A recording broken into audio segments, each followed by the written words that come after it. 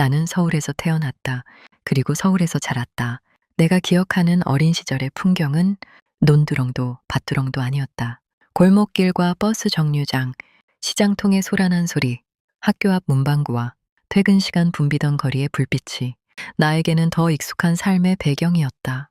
누군가는 도시는 차갑고 시골은 따뜻하다고 말하지만 내게는 꼭 그렇지만은 않다. 사람은 누구나 자기가 오래 살아온 곳의 공기와 리듬에 몸이 먼저 익숙해진다. 나에게는 서울이 그랬다.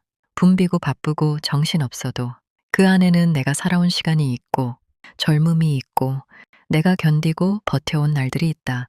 그래서 나는 지금도 도시의 속도와 소음이 어쩌면 더 편안하다. 나는 농촌 사정에 대해 잘 모른다. 솔직히 말하면 아는 척하고 싶지도 않다. 가끔 시댁에 가서 일손을 조금 거둔 적은 있다. 철마다 손이 많이 가는 일이 있다는 것, 한 번 몸을 움직이면 잠깐 하고 끝나는 일이 아니라는 것, 흙 묻은 장화를 신고 허리를 굽히며 일하는 시간이 말처럼 쉽지 않다는 것 정도는 안다. 하지만 그것은 어디까지나 잠깐 다녀온 사람의 경험일 뿐이다. 그곳에서 태어나 그곳의 계절을 몸으로 살아낸 사람과는 분명 다를 수밖에 없다. 남편은 시골 사람이다. 그에게 고향은 늘 마음 한편에 남아있는 자리다.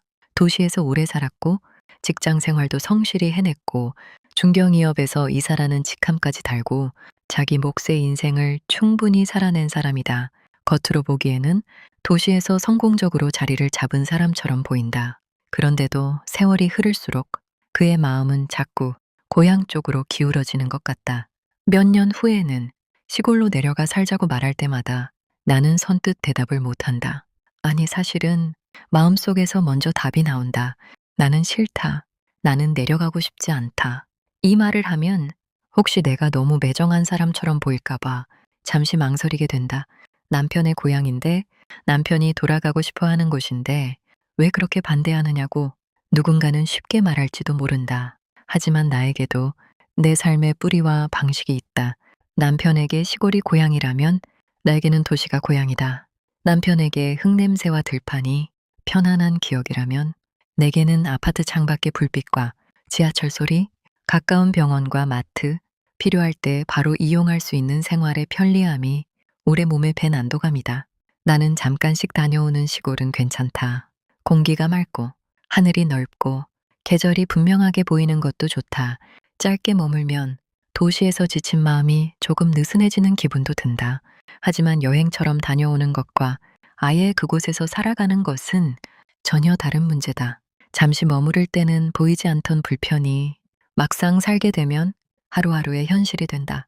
차를 타고 멀리 나가야 하는 거리, 이웃과 너무 가까운 생활, 도시에 비해 제한적인 문화생활, 병원이나 편의시설에 대한 걱정, 그리고 무엇보다 내가 완전히 익숙하지 않은 삶의 방식 속에서 늙어가야 한다는 불안, 그 모든 것이 나는 솔직히 두렵다. 사람들은 종종 나이 들면 시골이 좋다고 한다. 조용하고 한적하고 마음 편히 살 수 있다고 말한다. 하지만 나는 꼭 그렇게 생각하지 않는다. 나이가 들수록 오히려 익숙한 생활권과 손에 잡히는 편의와 내가 원하는 때에 혼자서도 움직일 수 있는 환경이 더 중요해진다. 도시는 삭막하다고들 하지만 나에게는 오히려 혼자여도 버틸 수 있는 구조가 있는 곳이다. 걸어서도 갈 수 있는 곳이 많고 필요한 것이 있으면 금방 해결할 수 있고 사람과 너무 얽히지 않아도 내 방식대로 살아갈 수 있다. 나는 그런 삶이 좋다. 조용히 내 시간을 지키면서도 답답하지 않은 삶. 그것이 내가 익숙해진 생활이다.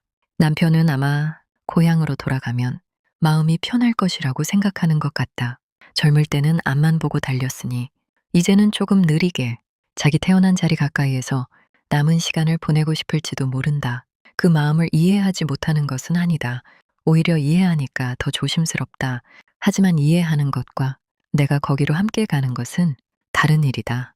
나는 남편의 바람을 존중하고 싶지만 그 바람 때문에 내 삶 전체를 포기하고 싶지는 않다. 부부라고 해서 마음이 늘 같은 방향일 수는 없다. 오래 함께 살았어도 끝까지 다른 부분은 남는다. 어쩌면 지금 우리에게 필요한 것은 누가 맞고 틀리냐를 따지는 일이 아니라 서로가 왜 그런 선택을 하고 싶은지를 진심으로 이해하는 것인지도 모른다. 남편은 왜 그토록 귀향을 꿈꾸는지 나는 왜 그토록 도시를 떠나기 싫은지 그 마음을 솔직하게 꺼내놓아야 비로소 답이 보일 것이다. 나는 도시가 좋다. 이 말은 시골을 무시한다는 뜻이 아니다. 다만 나는 도시에서 태어나 도시에서 살아왔고 도시의 방식으로 내 인생을 버텨온 사람이라는 뜻이다. 내 청춘도, 내 일도, 내 인간관계도 대부분 이곳에 남아있다. 이제 와서 모든 뿌리를 뽑아 낯선 땅에 다시 심는 일은 남편이 생각하는 것보다 내게 훨씬 더 큰 결심이 필요하다. 그래서 나는 언젠가 남편에게 조용하지만 분명하게 말해야겠다고 생각한다. 당신의 고향은 소중하지만 내 삶도 소중하다고. 당신이 돌아가고 싶은 마음이 있듯이 나는 이곳에 머물고 싶은 마음이 있다고. 잠깐 다녀오는 시골은 괜찮지만 내 삶의 마지막 무대를 내 뜻과 다르게 정하고 싶지는 않다고. 어쩌면 누군가는 내가 너무 도시적이라고 말할지 모른다. 그래도 괜찮다. 나는 내가 살아온 자리에서 나답게 늙어가고 싶다. 억지로 자연을 사랑하는 척하지 않고, 억지로 시골의 여유를 동경하는 척하지 않고, 그저 내가 편안한 곳에서 내 속도로 살아가고 싶다. 긴 세월을 살아오며 이제야 조금 알게 되었다.